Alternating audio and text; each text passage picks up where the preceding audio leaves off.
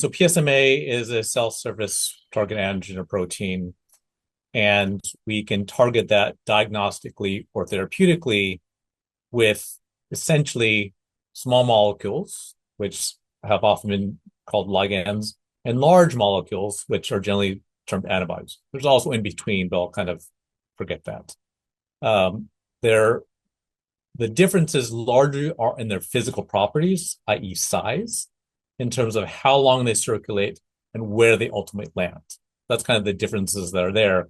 Your question about the mechanism of action kind of depends. If we're talking about as an imaging agent, the mechanism is it is able to attach to that cell surface antigen, may or may not get internalized, and then depending on what we're looking at, either a PET or a SPECT emitter comes out, so gamma for SPECT, PET emitters for PET imaging, and then we use a camera to see that.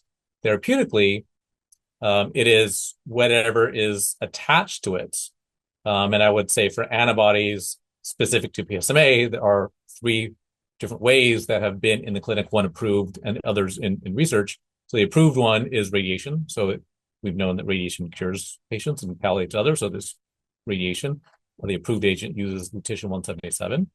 And then there's a number of different radiation ones, as well as the other two categories, immune and drug or cytotoxic, as the other mechanism. So it could be what many people refer to as an ADC or antibody-drug conjugate. So we target using antibody, that's the A. The D usually stands for a drug. Usually it's a potent chemotherapy agent. And the C is conjugate. We just put them together. So the mechanism of that would be whatever's attached to it instead of radiation, whatever drug is attached to it, then hopefully kills the target cells. And then immune, there's kind of two mechanisms or constructs. One is CAR T cell, so taking either the patient's own or separate T cells and putting into the patients, and then using those to kill the tumor, or more commonly bispecific. So one end targets PSMA, the other end typically is either CD3 or also a couple of CD28s that then will use the immune system to kill the tumor. So the mechanism, sorry for having a wordy answer, is dependent on what is the kind of payload or warhead and how that works.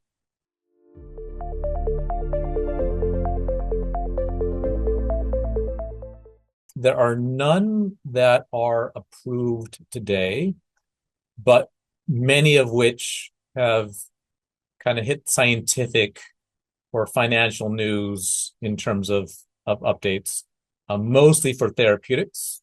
So, for instance, a couple of companies have licensed, three off the top of my head, or maybe more, have licensed antibodies, mostly for therapeutics. So actually, there's more than that if I think of bispecifics. So multiple companies have bispecifics, which use an antibody part for the PSMA, and then CD3 or CD28. So that's a lot of different companies in clinical trials that have been presented or are ongoing. There are a couple that are being developed as antibody conjugates, and the first two PSMA targeted alphas in prospective trials were antibodies. Some of us were kind of scared about coming with an alpha, which is a much higher potency in terms of prospective clinical trials.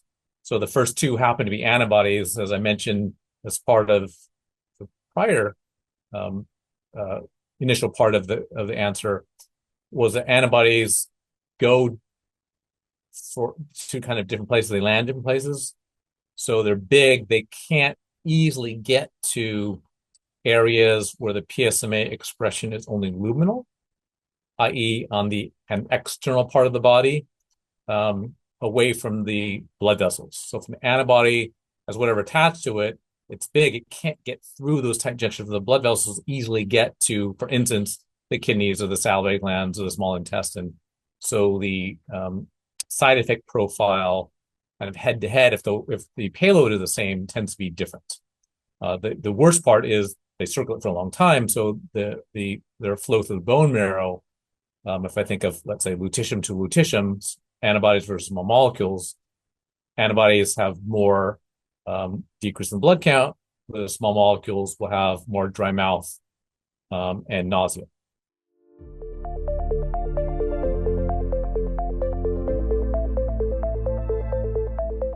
So that's the only time they really have been compared, actually, is when there's therapeutic radionuclides.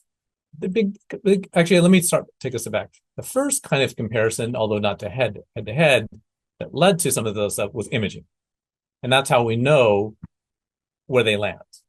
So when we look at a PSMA antibody spectra PET versus a small molecule spectra PET, we always see the salivary glands light up in a small molecule spectra PET or SPECT, sorry, and almost never see them light up with an antibody SPECT or PET. So that's what we learned initially. And then, I think the only fair comparison, if we're looking across clinical trials or across data sets, is to have the payload the same. It's then looking at lutetium antibody or lutetium small molecule. And that is almost exactly what we'd expect based on the imaging. So the incidence of a dry mouth with lutetium antibody is close to zero. And the incidence of a dry mouth with lutetium small molecules is generally above 50%. So that's the kind of difference. On the flip side, the myelosuppression degree and frequency is more, at least with the betas, with lutetium as it flows to the marrow with the antibodies, and much lower with small molecules. So they're not really head-to-head clinical trials, but when we look at prospective data sets and compare across the clinical trials, this is what we'd predict based upon based upon their known biodistribution, and that's what we have seen.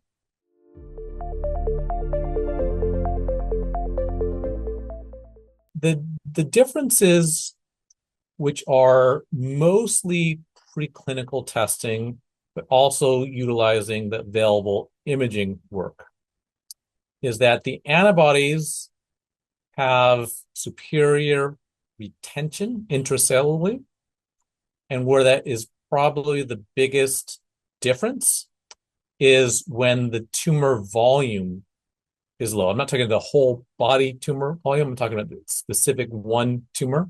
So bone is typically a low volume. There may be 20 small tumors that together on a bone scan look like one, but each individual one has a lot of surface area, and the small molecules such as PSMA-617 or INT, they don't stay within the cell. So they might, with a bigger surface area, might float away, whereas the antibodies stay there. And we know that from, for the best we can across, we look at that PET. The SUVs are higher in bone with the antibodies and higher in lymph nodes with the small molecules. So that may be some differences. And then the kind of affinity and retention time also may be a differentiating factor in areas of lower PSMA expression.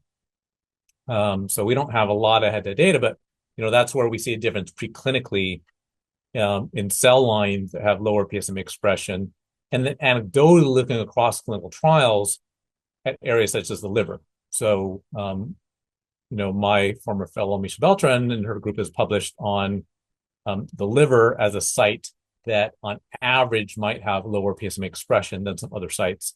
And maybe antibody targeting works a little bit better than small molecule targeting the liver.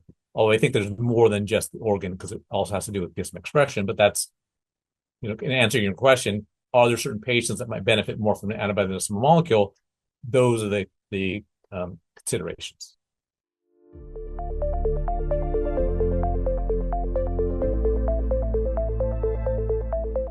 I'd say generically, so the field really started with the PSMA-targeted radionuclides.